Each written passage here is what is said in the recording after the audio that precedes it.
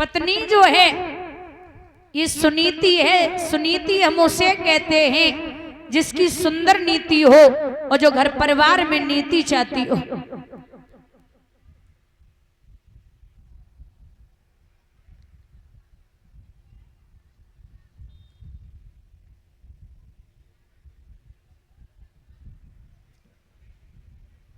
भैया लिखते हैं विद्वान, कैसी है वो पत्नी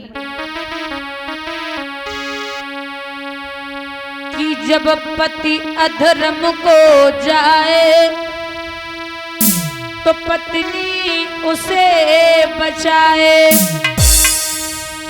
और जब पत्नी लाज लौटाए उसे कौन बचाए।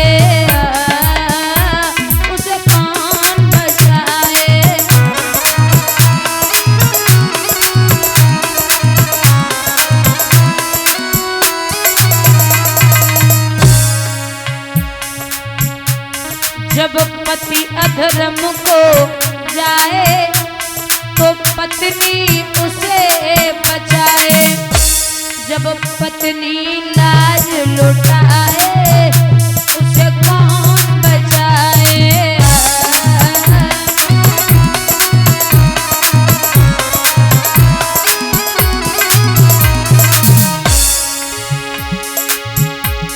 माना कि तेल बाती से घर का दीपक रोशन,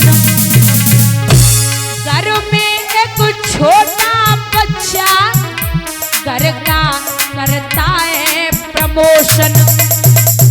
भैया घर का दीपक बुझ जाए वो माचिस से जल जाए,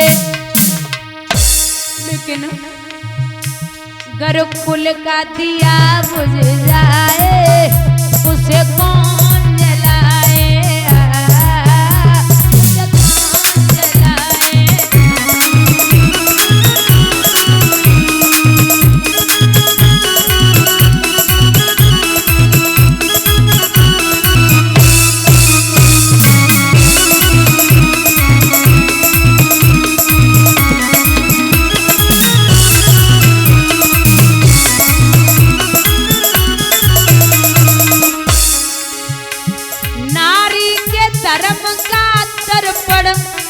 वो पति को करती समर्पण है, पति की जो अभिलाषा वो पति को करती समर्पण।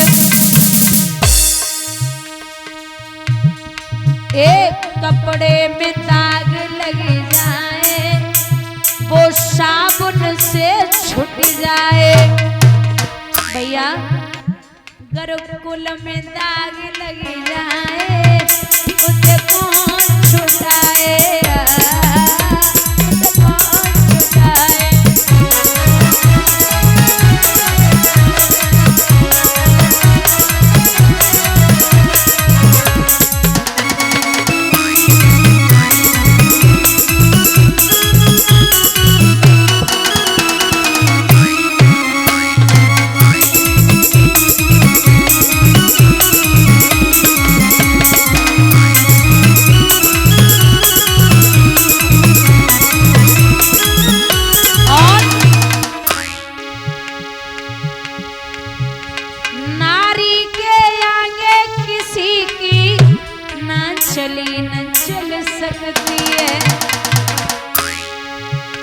राजा जब हट करता है तो बात बिगड़ सकती है।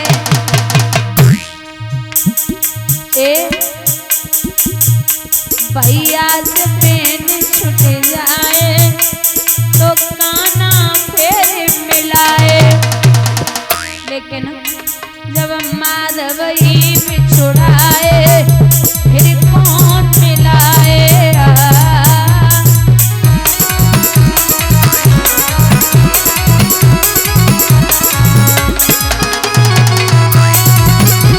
दोनों हाथ ऊपर ढके हरि बोल।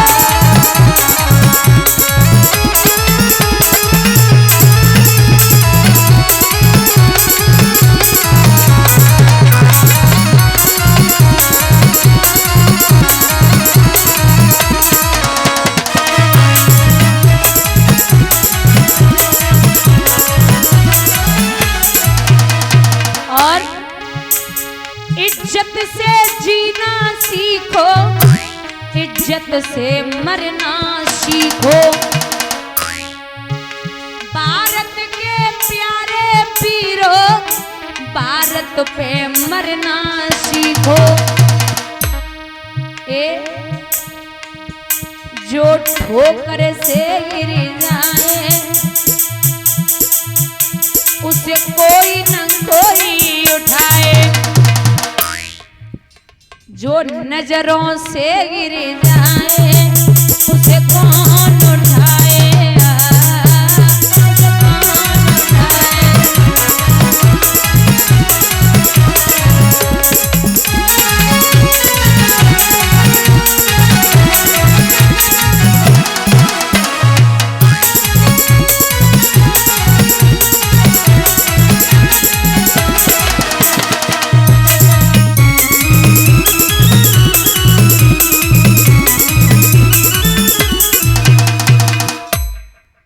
उत्तान पाद की प्रथम प्रिया सतियों में लेखी जाती थी। अब परम विनीता नीतिवती रानी सुनीति कहलाती थी। बहुत पतिव्रता है, बड़ी सम्मान देने वाली है।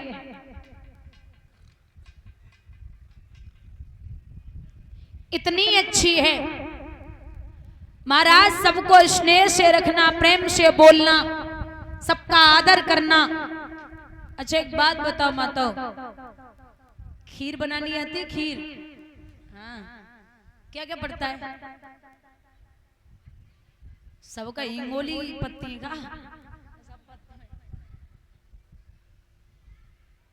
दूध, चीनी और चावल, डोरा मिर्चें नहीं, फिर ड्राई फ्रूट्स मतलब मेवा और केसर। केसर पड़ती है?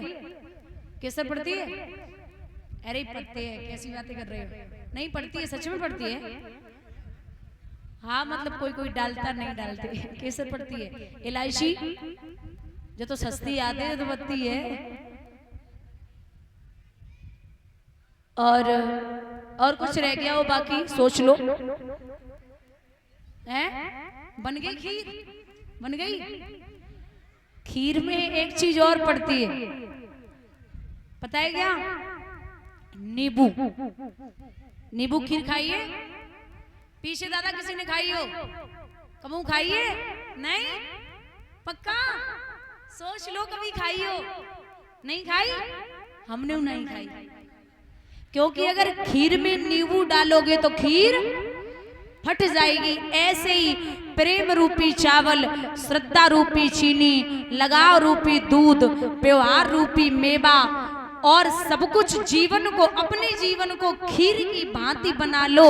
लेकिन जैसे नींबू डालने से खीर फट जाती है, वैसे ही अगर घमंड की 2 बूंदें डाल दी तो पूरा जीवन बर्बाद हो जाएगा। बोलिए गोविंद भगवान की। ये जीवन ऐसा ही है, आप मीठा बोले, लोगों से अच्छा व्यवहार कमाइए, प्रेम इज्जत सब कुछ रखिए, लेकिन घमंड आसपास भी नहीं भटकना चाहिए। ये उत्तान पाद की पत्नी है जो बड़ा सम्मान करती है लोगों का, लेकिन प्रभु की ऐसी कृपा कि इनके कोई संतान नहीं है,